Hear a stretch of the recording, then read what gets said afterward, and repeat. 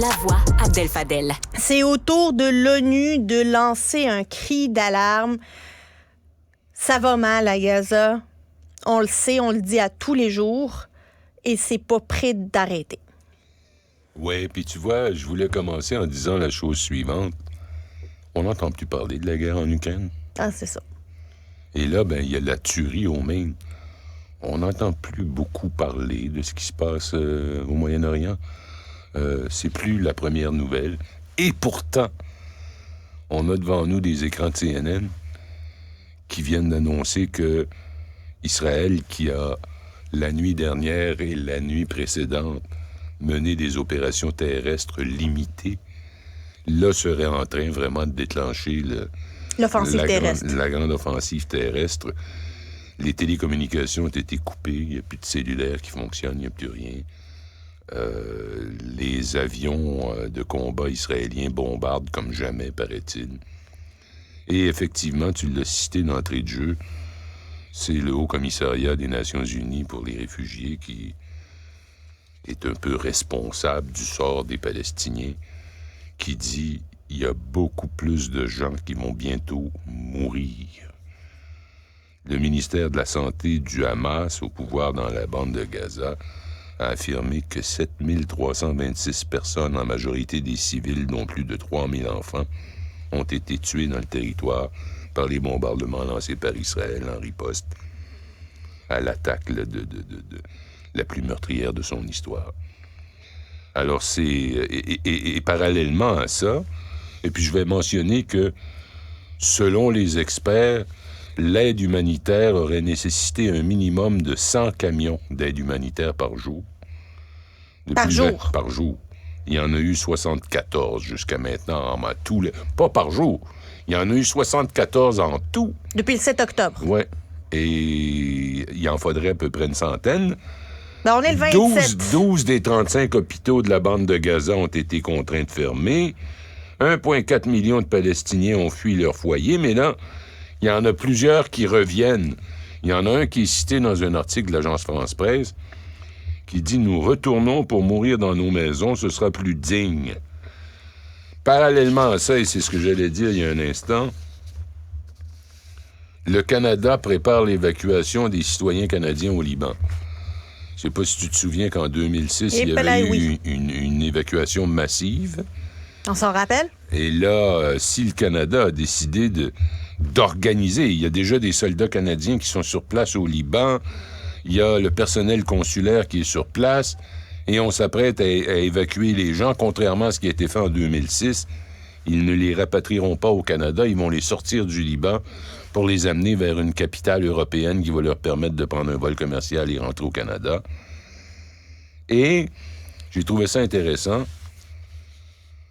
Jusqu'aux accords d'Abraham en 2020, il y a 2 pays qui avaient signé des traités de paix et des échanges d'ambassadeurs avec Israël. La Jordanie et l'Égypte. La Jordanie et l'Égypte. Alors, on avait des images ce matin d'une manifestation monstre, énorme. Je peux pas donner de chiffres parce qu'évidemment, les caméras de télévision, c'est pas suffisant pour nous donner un chiffre. Mais il y a une manif monstre en Jordanie, à Amman, où les gens dans la rue réclament de mettre fin à l'accord de paix et à retourner dans une situation de guerre avec Israël. Alors, on en parle moins. On va recommencer à en parler, là, je pense, parce que la tuerie, ce qu'on a eu jusqu'à maintenant, c'est un avant-goût. Pendant ce temps-là, Emmanuel Macron essaie toutes sortes de combinaisons. C'est bizarre ce qu'il fait. C'est comme pas compréhensible, c'est pas cohérent.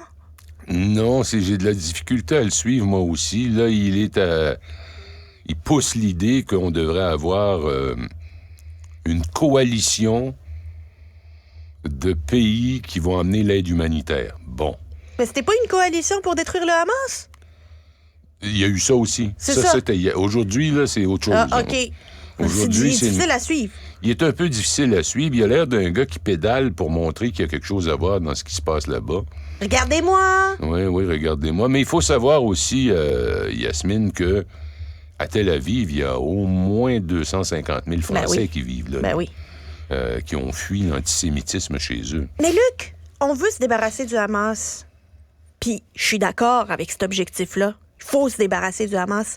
Mais coudonc, Moi, je suis pas d'accord avec cet objectif-là, pas parce que c'est une bonne organisation, parce que c'est ridicule de dire une affaire pareille. Non, mais une organisation terroriste, il faut que tu te débarrasses de ça. Oui, Ça crée c'est ça, une mais instabilité. il va en avoir un autre. Non, oui, mais le Hamas, là, avec ce qu'il a fait le 7 octobre dernier... Ouais, avec, il mérite de disparaître. Il doit disparaître. Mais il va y avoir un autre groupe qui va émerger. On dealera avec ça au moment... Mais moi, ce qui m'énerve, là, c'est que le chef du Hamas, il est à Doha, Oui, au Qatar, pas dérangé pour une scène. Comment ça se fait que personne n'est parti?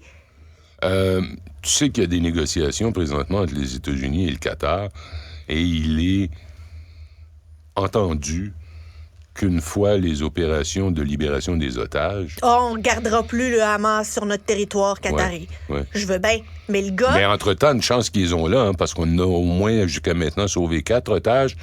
Faut aussi souligner que, d'après le Hamas, il y a au moins 50 des otages qui ont été qui sont morts à cause des bombardements. Oui, mais il faut libérer les otages, ça n'a aucune allure. Mais le gars ne semble pas être dérangé à nier.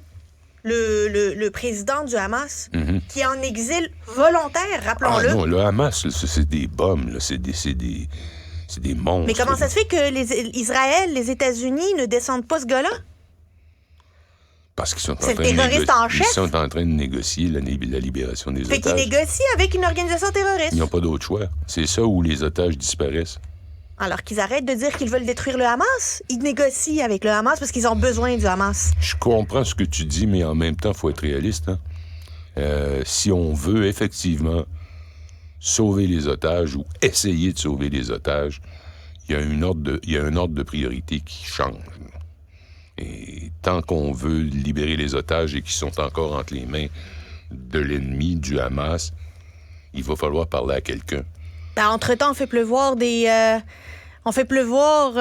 bombes sur la tête des enfants. Ah oui, absolument. Je veux dire, c'est sale la guerre, comprends-tu? Moi, j'ai toujours dit et je maintiens que quand on parle de crime de guerre, je trouve ça un peu ridicule parce que la guerre est un crime. La guerre ne devrait plus être acceptable au 21e siècle comme moyen de régler les différends entre les diverses nations. Mais là, l'ONU peut faire quoi? Parce que là, l'ONU, il crie.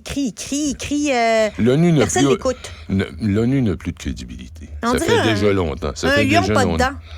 C'est un chat. La seule chose qu'on peut dire de bien de l'ONU, c'est que n'eût été de l'ONU, ils seraient tous des analphabètes à Gaza. C'est l'ONU qui les éduque à travers le Haut-Commissariat pour les réfugiés. Mais pour le reste, Gutiérrez, le secrétaire général, a été sacré dehors des territoires israéliens. Il y a des négociations pour voir s'il n'y a pas moyen de se retrouver, tout ça. Mais l'ONU, que Trudeau, que De Gaulle appelait cette espèce de machin qui ne sert à je ne sais trop quoi, mais il est devenu ça, une espèce de machin qui sert à rien. Luc Lavoie, toujours un plaisir. À lundi. À lundi.